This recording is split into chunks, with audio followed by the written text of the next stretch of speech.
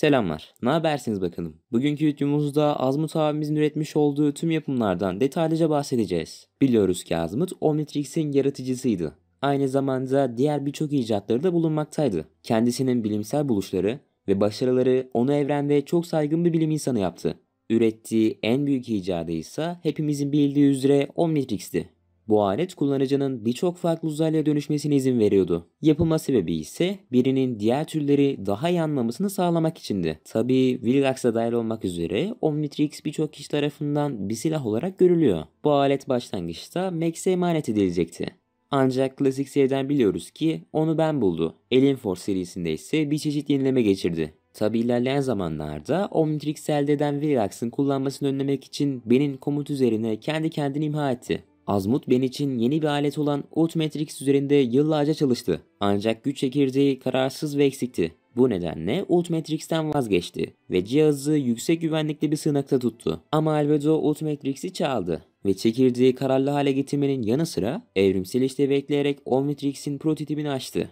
Daha sonra ise Son Savaş 2. kısımda Ben Ultimatrix'i Albedo'dan aldı. Tabi ilerleyen zamanlarda Azmut abimiz Ben'e yeni bir Omnitrix daha yapmakta olduğunu söyledi ve yakın gelecekte Ben'e verebileceğinden bahsetti. Dediği gibi de Nihai Savaş 2. kısımda Omnitrix'in yaratımının yeterince değerli olduğunu kanıtladığı için Ben'e verdi ve Ultimatrix'i ortadan kaldırdı. Şimdi Omnitrix'in bir prototip modeli olan Unis hakkında konuşalım.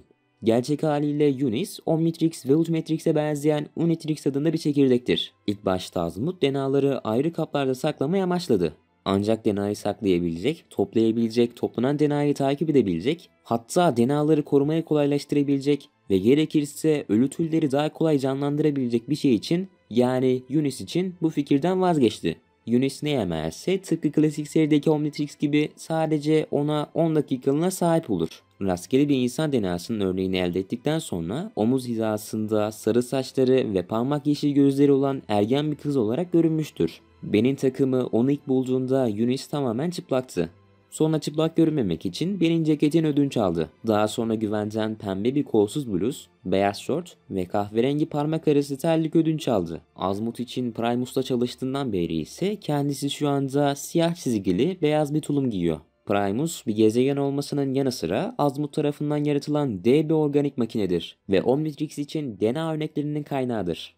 Bu yer bitki örtüsü ve birbirinden farklı zeki olmayan uzaylı yaşam formlarıyla dolu. Buradaki ana yaratıklar yine Azmut'un üretmiş olduğu uçucu biyopsislerdir. Bu sivrisinek benzeri robotlar kodun akışına yeni uzaylı DNA'sı eklemek için evreni dolaşırlar. Kodun akışı nedir diye soracak olursanız Primus'ta bulunan yeşil sıvı bir maddedir. Aynı zamanda Samanyolu Gökadası'nda bulunan uçucu biyopsislerin tüm DNA'sını içeren veri tabanıdır. Omnitrix zamanında kullanıcının genetik kodunu değiştirmesi için gerekli bilgileri veren bu veri tabanı ile iletişim kurdu. Helix, Azmut tarafından ölü bir aya hayat vermek için yaratılmış güçlü bir galvan teknolojisinin parçasıydı. Ancak Azmut'un umduğunun ötesine geçti ve Galvanic Metamorph adı verilen yepyeni bir türü yarattı. Ayrıca Helix malware oluşturma sırasında devre dışı bırakılsa da malware'i kazayla yine oluşturdu. Tabi sonrasında geri beslemenin Helix'ten aldığı enerjiyi ateşlemesiyle birlikte malware taşa döndü. Bu arada Azmut Galvan 1 ile birlikte malware tarafından yok edilen galvanik mekamorfları yeniden canlandırmak için Helix'i kullandı. Retaliator Armor kesinlikle bir galvanik mekamorfun geliştirilmiş versiyonudur. Çünkü bu zırh galvanlar tarafından diğer araçları taklit eden bir alet yapmaya çalışırken yapılan bir kazaydı. Ve bu başarıyla elde edilmiş yeni bir versiyonun asıl amacı taklit etmek. Bu zırh kullanıcının etrafını sarar ve onları savaşta daha zırh benzeri bir forma dönüşebilen mavi bir galvanik mekamorfa dönüştürür. Aynı zamanda bu zırhta ışınlanma gibi özellikler de bulunuyor.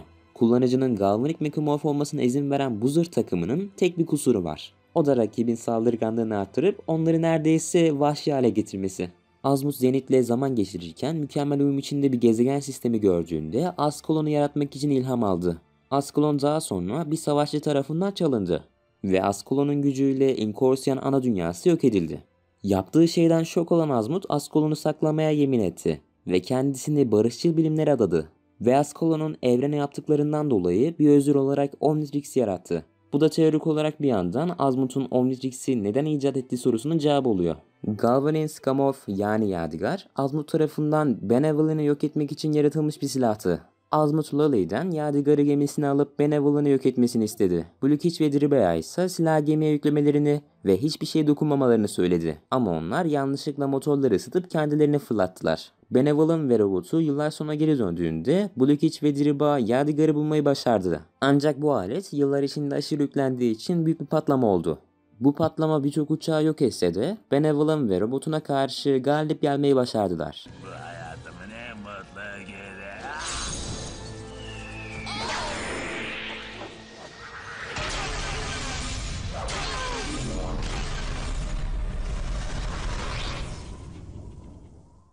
Evet dostlar, böylelikle bir videomuzun daha sonuna geldik. Eğer bu tarz videoların devamını istiyorsanız yorumlar kısmında belirtebilirsiniz. O zaman bir başka videoda görüşmek üzere dostlar. Hoşçakalın.